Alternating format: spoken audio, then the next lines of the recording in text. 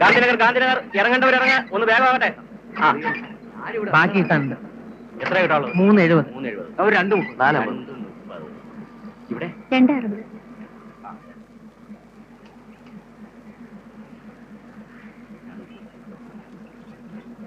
ഇവിടെ 260 കൊടുത്തേക്ക്. ഇവിടെ 230. ഇവിടെ 450.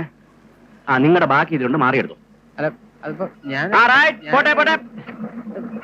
സാറേ എന്റെ ചില്ലറയില്ല. അവിടെ നിന്ന് എങ്ങനെ മാറ്റി കൊടുക്കണോ? നിങ്ങളുടെ ചില്ലറ ഉണ്ടോ? ഇല്ലല്ലോ.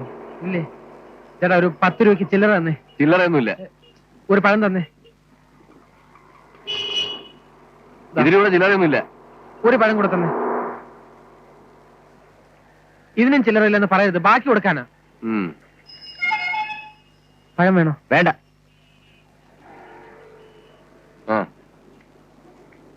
എത്ര ആയിട്ടാണല്ലേ? 260. 230. 450.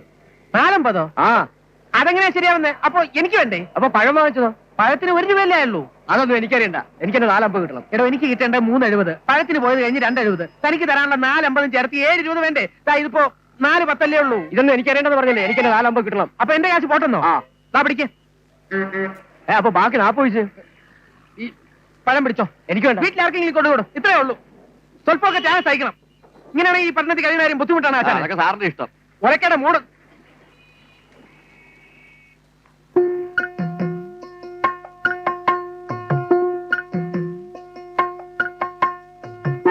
നോക്കൂ, ഈ ജോസ് ജി സ്ട്രീറ്റ് എവിടെയാ?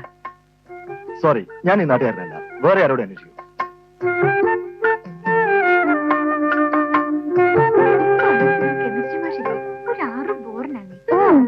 പിന്നെ ആരും പിടിക്കില്ലല്ലോ. അത് ശരിയാ. നോക്കൂ, ഈ ജോസ് ജി സ്ട്രീറ്റ് എവിടെയാ? അയ്യോ, അറിയില്ലല്ലോ. ശ്യാമേ,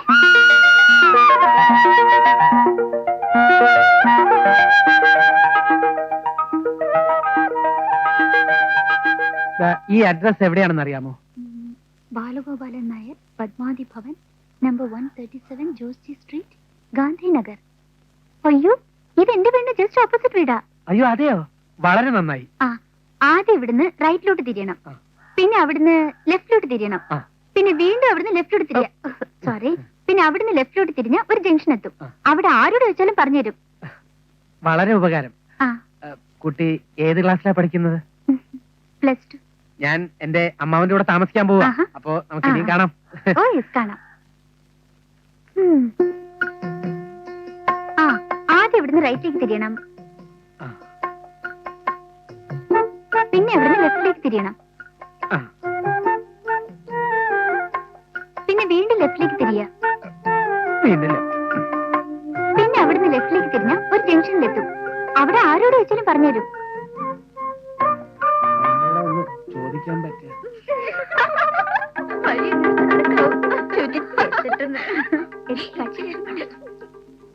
ഇങ്ങനെയാണോ വഴി പറഞ്ഞിരുന്നു?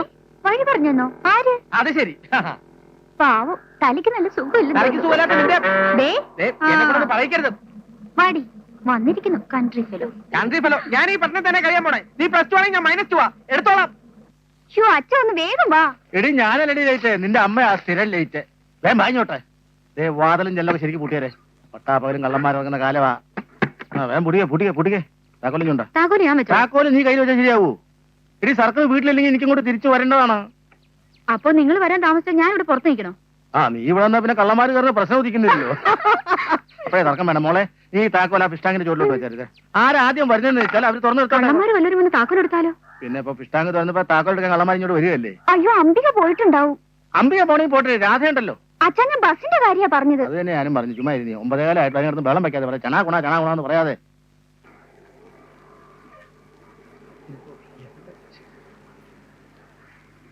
അച്ഛാ, രാജുവേട്ടനല്ലേ പോകുന്നത്? രാജുവേട്ടാ. അതെ, ആണല്ലോ.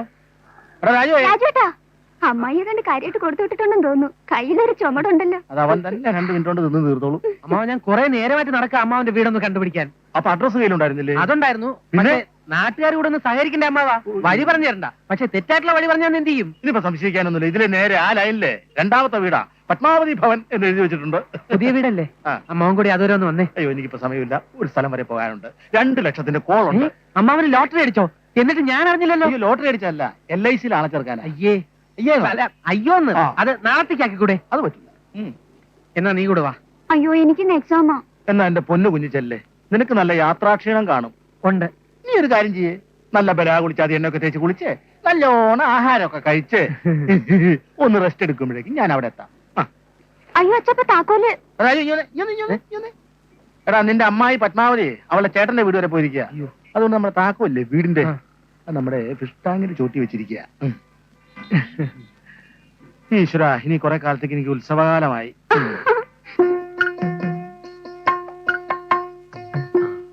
Fish tank.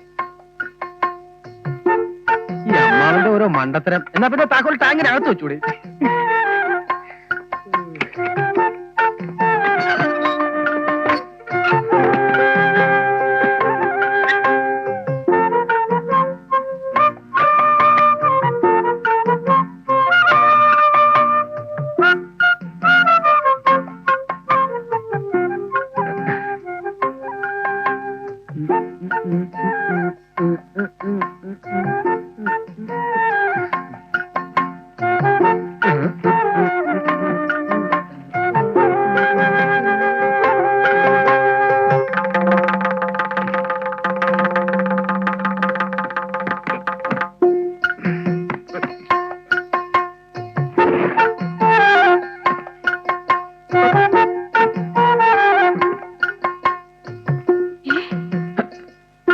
പട്ടാപ്പകലും കള്ളന്മാരിറങ്ങി നടക്കുന്ന കാലവാ, സൂക്ഷിച്ചോ.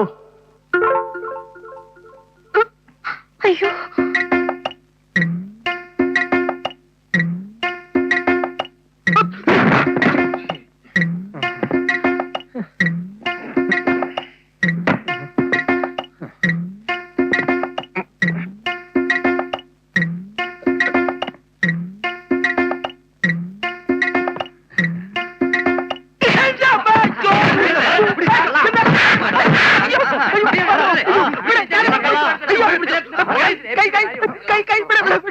അയ്യോ വിടാനാ പറഞ്ഞ. അമ്മായി അമ്മായി. രാജു വരുന്നു.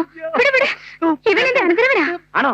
നീ എപ്പോ വന്നിരാ മോനെ? എല്ലാം വിശദമായിട്ട് പറയാം അമ്മായി. കാര്യം പറയുന്നതിന് മുമ്പ് ഇടി കൊടുക്കുന്ന ആൾക്കാരെ ആദ്യമായിട്ട് കാണുക. അമ്മായി താമസിക്കാൻ തെരഞ്ഞെടുത്ത പുതിയ സ്ഥലം അത്ര പന്തിയല്ല. നിങ്ങളെല്ലാവരും മൃഗങ്ങളാ? ഞാൻ കീഴിലത്തെ ഭാസ്കരനോട് നിന്റെ ജോലിയുടെ കാര്യം പറഞ്ഞിട്ടുണ്ട്. എന്ത് ജോലിയാണ് അമ്മാവ? ടയർ കമ്പനിയല്ലേ, ടയർ എടുത്ത് കൊടുക്കുന്ന ജോലിയാ. അയ്യോ, ടയർ എടുത്ത് കൊടുക്കുന്ന ജോലി?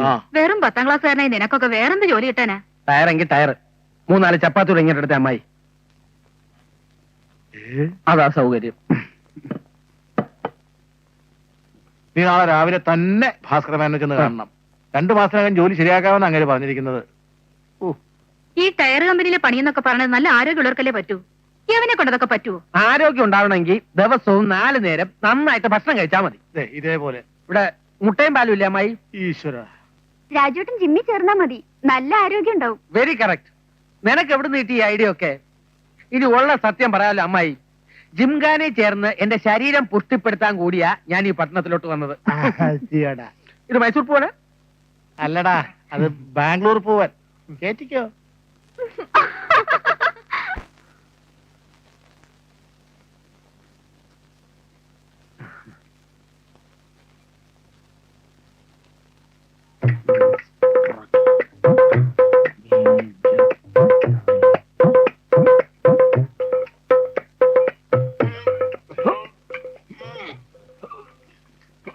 മാഷേ, എന്താ?